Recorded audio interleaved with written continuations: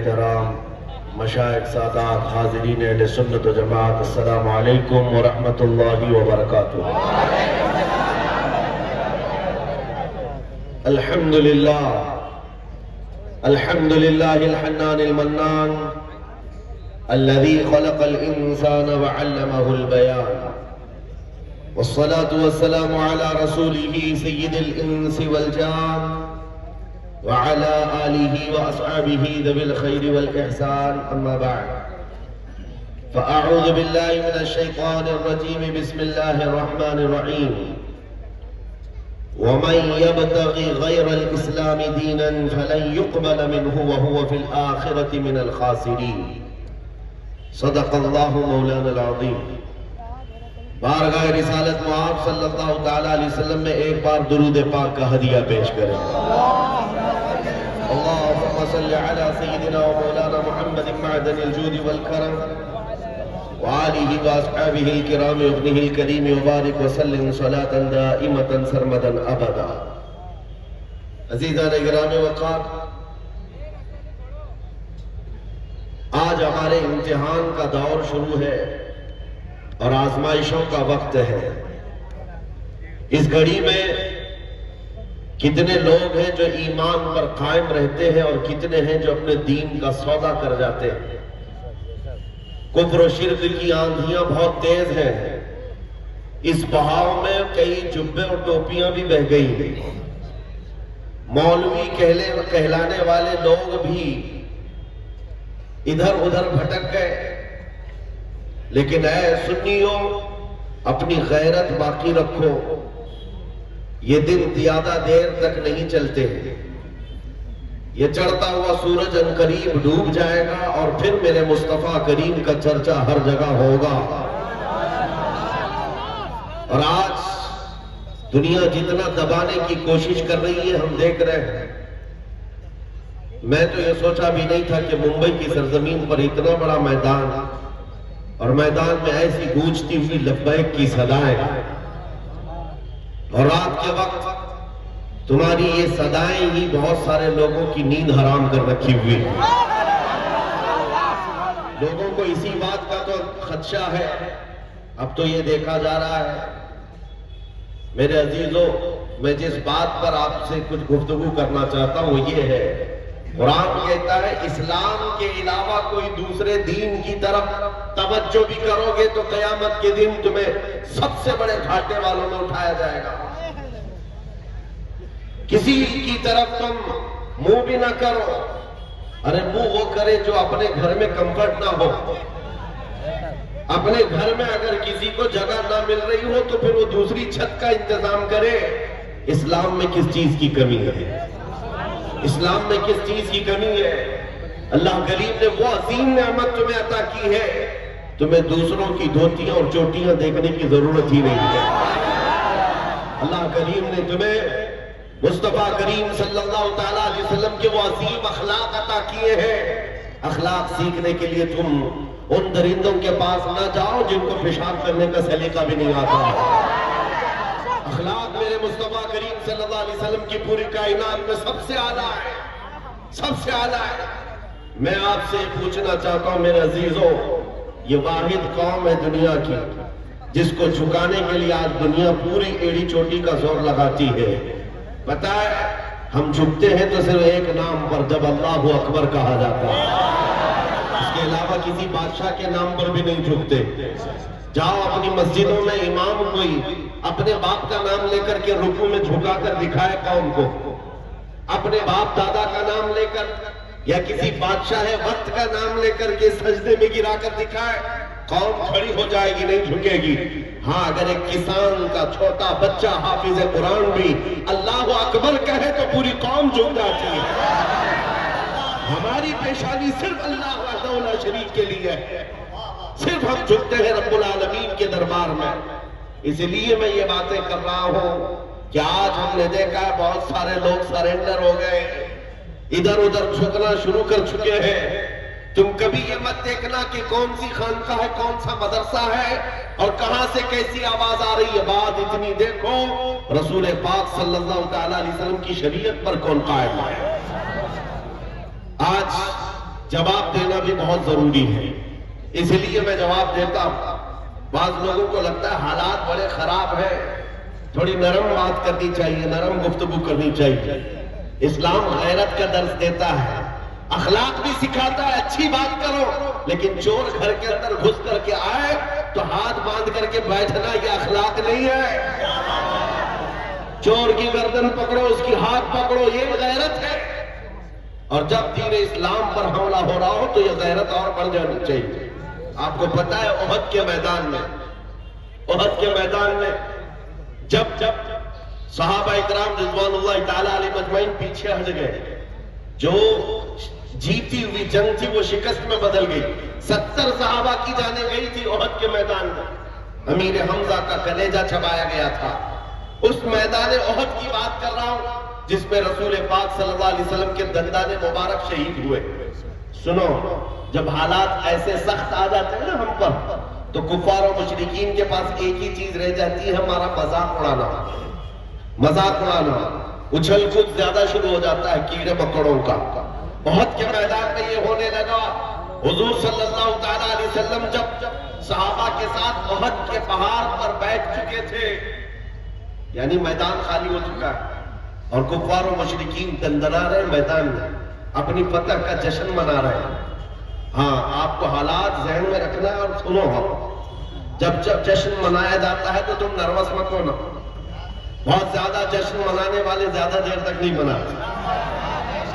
سنو، کفار و مشرکین کی طرف سے ابو سفیان آیا اور جشن مناتے ہوئے پکارتے ہوئے کہنے لگا، کہاں ہے محمد، کہاں ہے ابو بکر، کہاں ہے عمر؟ ان کے نظر میں تھا کہ یہ سب شہید ہو چکے ہیں۔ ان کو یہ لگ رہا تھا کہ حضور پاک بھی شہید ہو گئے، ابو بکر و عمر رضی اللہ عنہما بھی شہید ہو گئے۔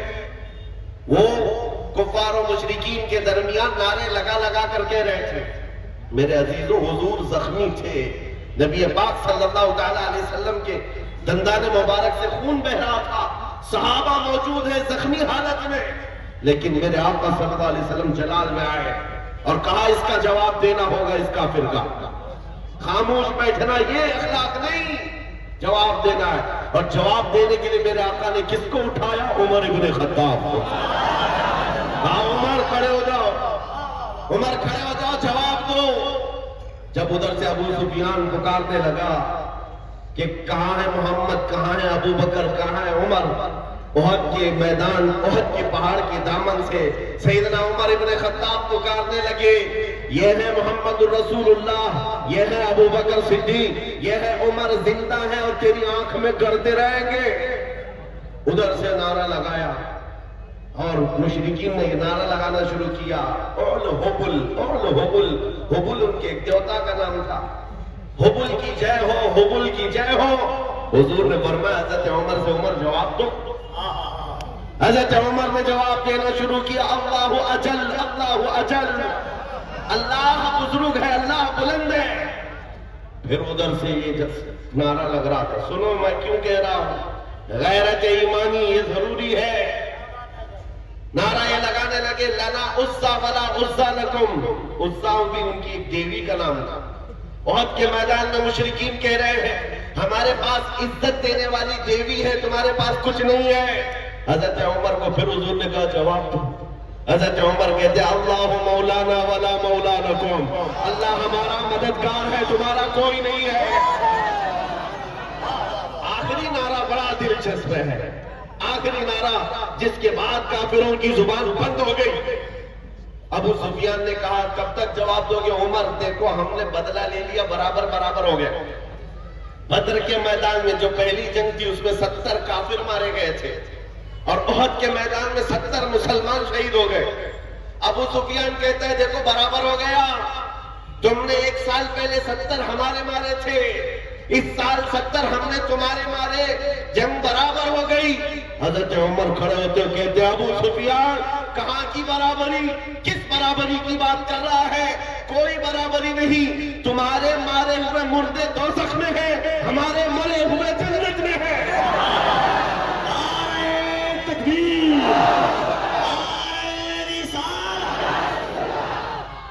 یہ غیرت ایمانی ہے۔ احد کا میدان، کیا وہ حالات صحیح تھے؟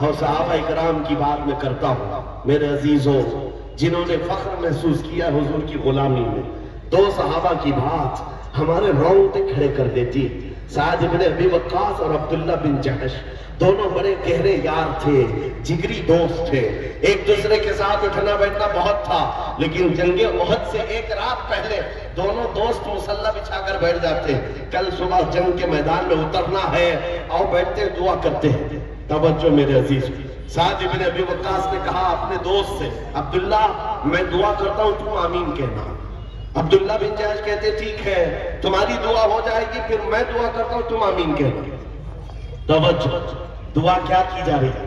سعد بن ابی وقاص ہاتھ اٹھاتے ہیں، کہتے ہیں اے رب العالمین، کل جب میدان احد میں اتروں تیرے نبی پاک کے دین کی حمایت کے لیے، رسول اللہ کی صفوں میں جاؤں، تو مولا میرا مقابلہ کسی بڑے پہلوان سے کرا دے، یہ نہیں چھپ چھپا کر کے کوئی چھوٹے سپاہی کو ٹچ کر کے بھاگ آئے، خواہش بھی تو دیکھو حضور کی سپاہی کی۔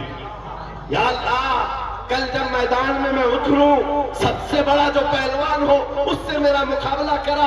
آگے کی دعا بھی سن لو، پھر سعد بن ابی وقاص کی خواہشیں کیا ہیں؟ کہتے ہیں مولا جب وہ سامنے آئے میں سامنے سے ماروں، دائیں سے ماروں، بائیں سے ماروں، پیچھے سے ماروں، پھر گرا کر سینے پر چڑھ جاؤں، پھر کہوں لبیک یا رسول اللہ۔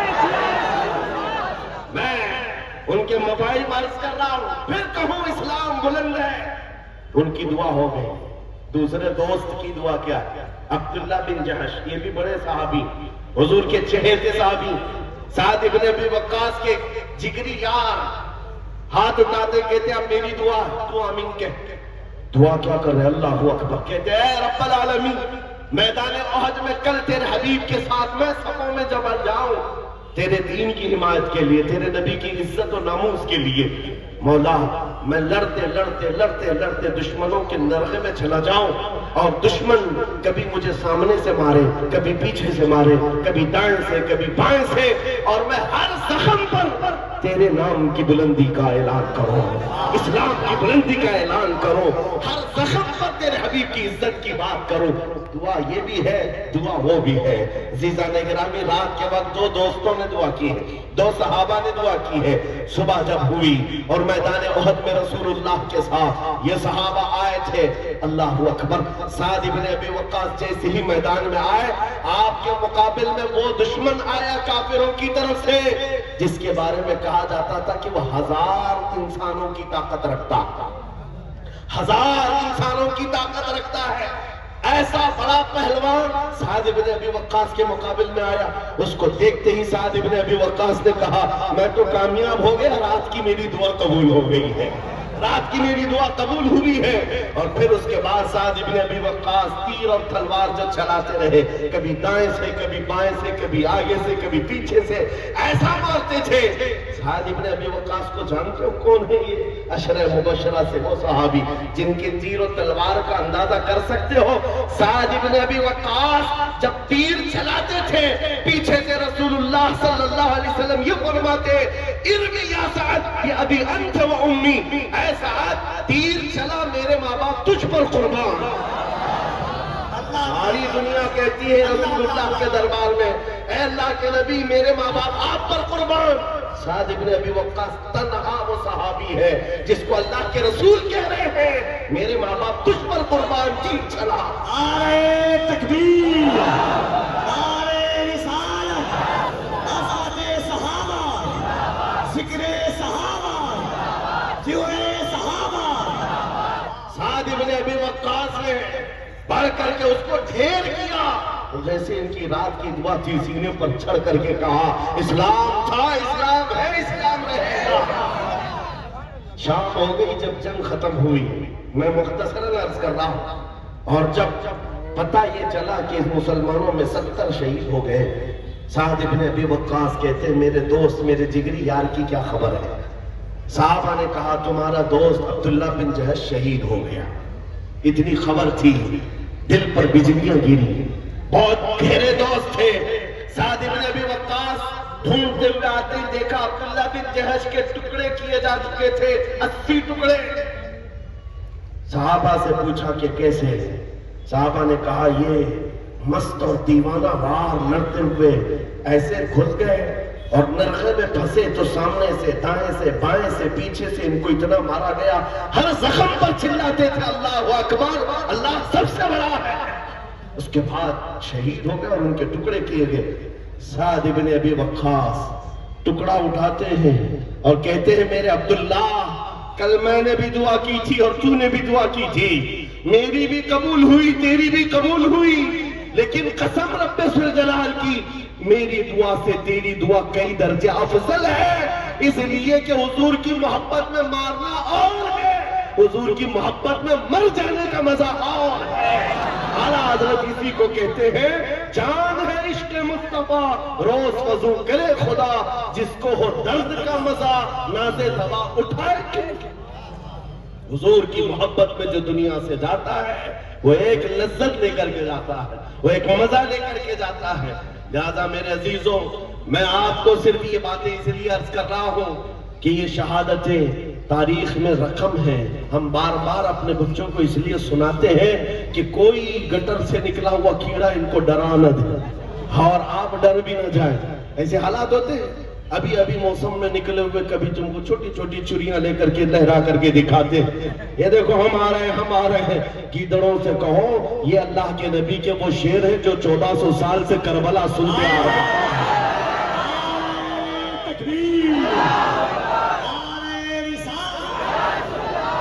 حالات جیسے بھی ہو، میرا میسج صرف اتنا ہے، اپنے ایمان کا سودا کبھی نہیں ہونے دینا، اپنے دین کا سودا کبھی نہیں ہونے دینا۔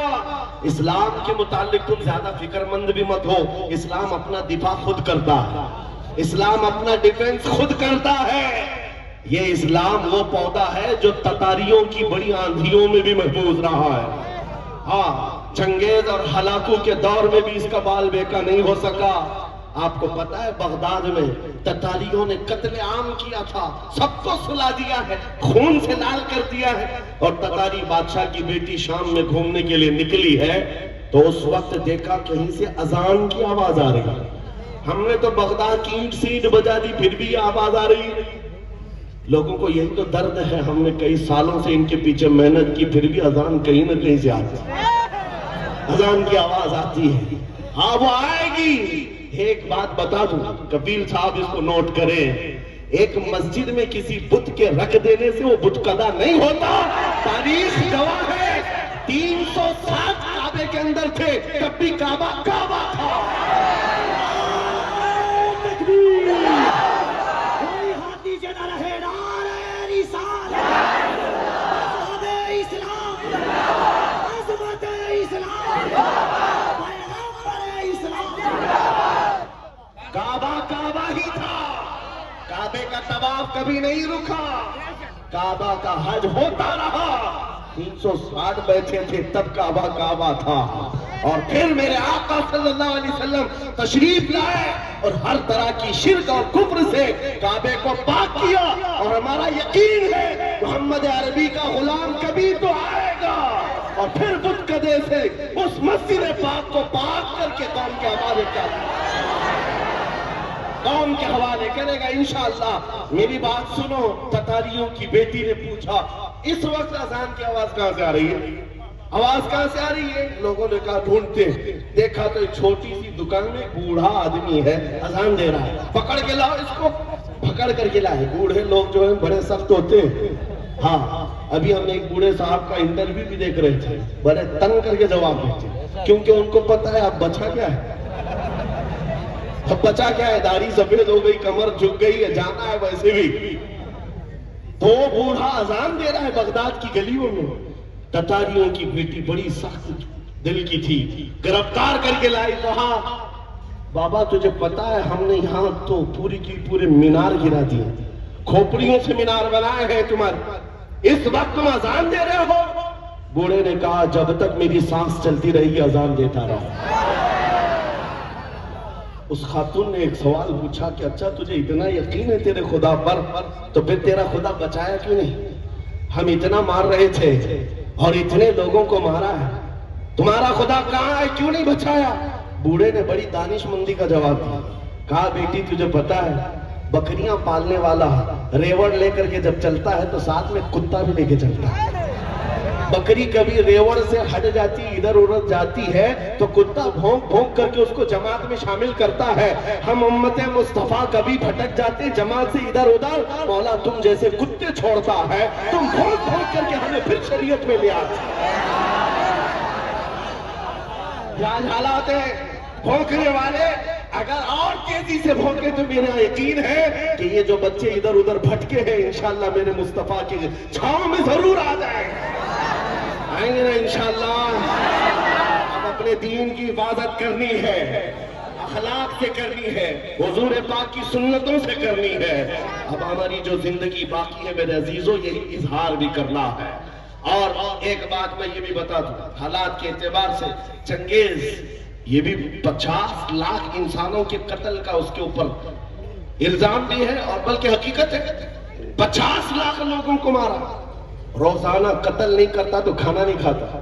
ایک مرتبہ یہی ہماری جماعت مسلمانوں کی جماعت میدان میں گرفتار کر کے لائی گئی, 3 صفوں میں کھڑا کیا, خود گھوڑے پر بیٹھا ہوا کھلونے سے کھیل رہا ہے. جلاد کو بلایا کہ اب ان کی صفیں اڑانا شروع کر دو, گردنیں اڑاؤ.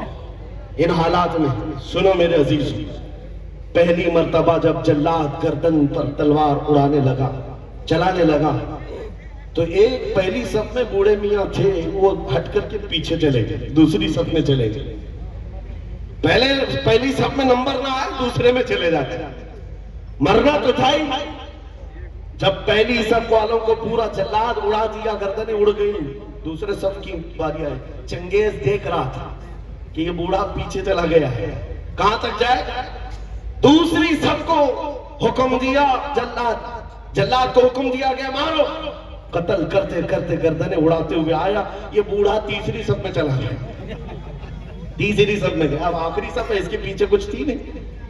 اب چنگیز نے تیسری صف کے قتل کے حکم سے پہلے مذاق میں کہکہا مار کر کے پوچھا, بوڑھے پہلی صف میں کھڑا تھا دوسری میں آ گیا, دوسری میں کھڑا تھا اب تیسری میں آ گیا, تیسری کی باری شروع ہو رہی ہے, اب کہاں جائے گا.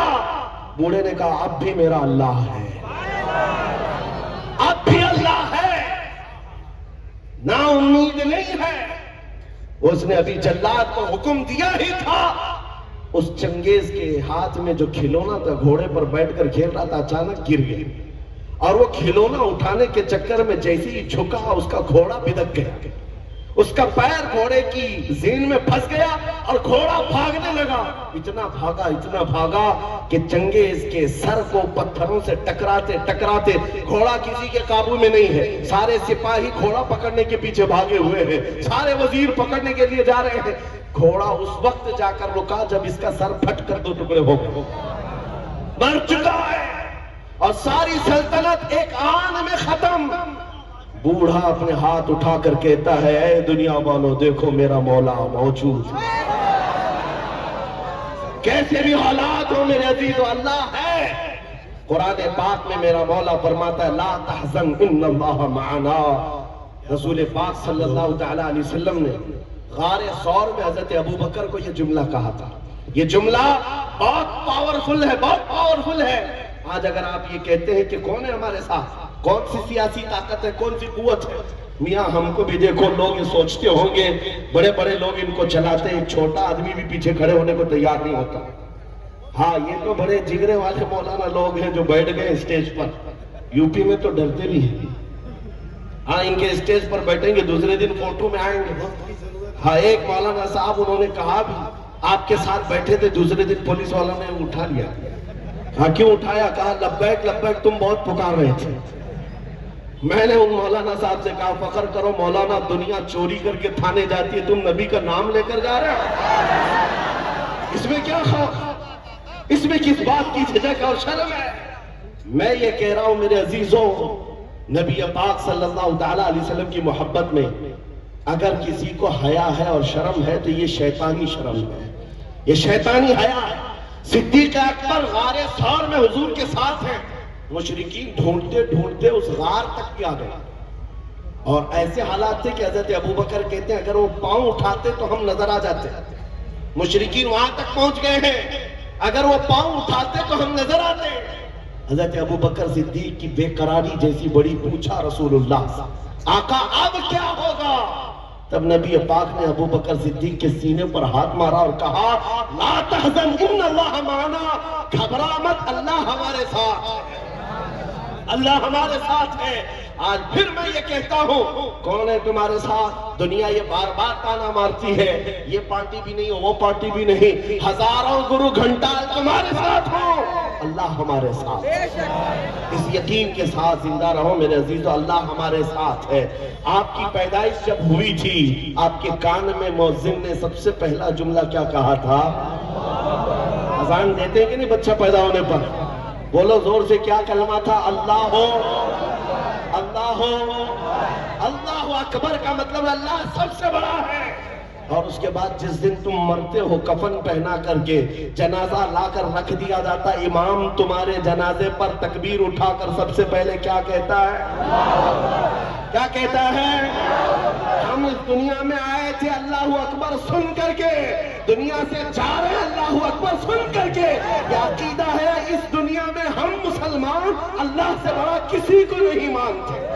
اللہ سب سے بڑا ہے، اللہ سب سے بڑا ہے. اس ایمان کے ساتھ جیو میرے عزیزو.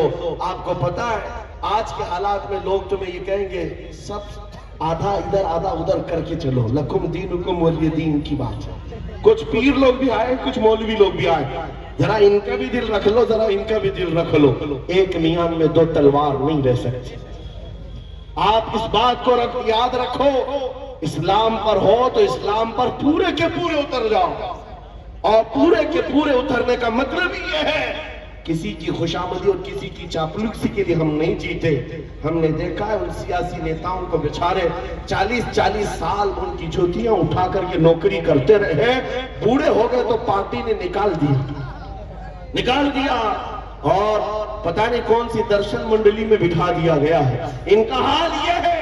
لیکن حضور کی غلامی میں جو عالم جتنا بوڑھا ہوتا ہے اتنی عزت بڑھائی جاتی ہے. محمد کے غلاموں میں بڑھاپا آ نہیں سکتا. یہاں جو جتنا بوڑھا ہو جائے عزت بڑھتی چلی جاتی ہے. اس لیے ایک بات یاد رکھو، دنیا تمہارے خوشامد کرنے سے کبھی راضی نہیں ہوگی. یہ کبھی راضی نہیں ہوں گے. تم کشکا لگا لیے، تم بھگوا پہن لیے، کبھی ادھر کی باتیں ادھر کی باتیں کر لیے، کبھی راضی نہیں ہوتی دنیا، کبھی نہیں راضی ہوتی ہے. ہم نے دیکھا ہے. لیکن آؤ میرے مصطفیٰ کے دربار میں ایک درود سے راضی ہو جائے. آتا ہے فقیروں پہ انہیں پیار کچھ ایسا، خود بھیک دے اور خود کہے منگتے کا بھلا. اس لیے راضی کرنا ہو تو اس ایک دربار میں جس کو اعلیٰ حضرت نے کہا ہے آج لے ان کی پناہ، آج مدد مانگ ان سے، کل نہ مانیں گے قیامت میں اگر مان گئے، کل نہ مانیں گے قیامت میں اگر. میں جو اپنی گفتگو ختم کر رہا ہوں اس بات پر، ایک بہت بڑی بات ہے. آج تم کیا کر رہے ہو اسی کا اعتبار ہے. آج کیا کر رہے ہو اسی کا اعتبار ہے. یہ مت سوچنا کہ قیامت کے دن حضور کی شفاعت تو ہو ہی جائے گی. کس کے لیے شفاعت؟ ایمان والوں کے لیے ہے، ایمان والوں کے لیے ہے، استقامت کے ساتھ جمے رہے ان کے لیے ہے. آپ کو پتا ہے قبر میں 3 سوالات ہوتے ہیں. سب نے سنا ہے کہ نہیں سنا؟ سب سے پہلا سوال ہے من ربو کا، تمہارا رب کون؟ تمہارا رب کون ہے؟ سوال کیا ہے وہ میں پوچھ رہا ہوں، جواب آپ سے نہیں پوچھ رہا. تمہارا رب کون ہے؟ فرشتے پوچھتے ہیں، آپ جواب کیا دیں گے؟ میرا رب اللہ ہے. دوسرا سوال ہے تیرا دین کیا ہے؟ ما دینک، تیرا دین کیا ہے؟ آپ جواب کیا دیں گے؟ میرا دین. اب سنو فرق. تیسرا سوال کیا ہے؟ بہت بڑا فرق ہے. پہلے 2 سوالوں میں یہ پوچھا گیا تیرا رب کون ہے، تیرا دین کیا ہے کا لفظ ہے. اور تیسرے سوال میں پوچھا جا رہا ما کنت تقول فی حق ھذا الرجل. حضور کو دکھا کر فرشتے پوچھیں گے ان کے بارے میں کیا کہتا تھا، یہ نہیں کیا کہتا ہے. پہلے 2 سوالوں میں پوچھا گیا کون ہے رب، کیا ہے دین، لیکن حضور کے بارے میں کہہ رہے کیا کہتا تھا. اب کیا کہتا ہے وہ تو ہر کوئی کہے گا حضور کو دیکھ کر کہ یہ آقا ہے، یہ مولا ہے.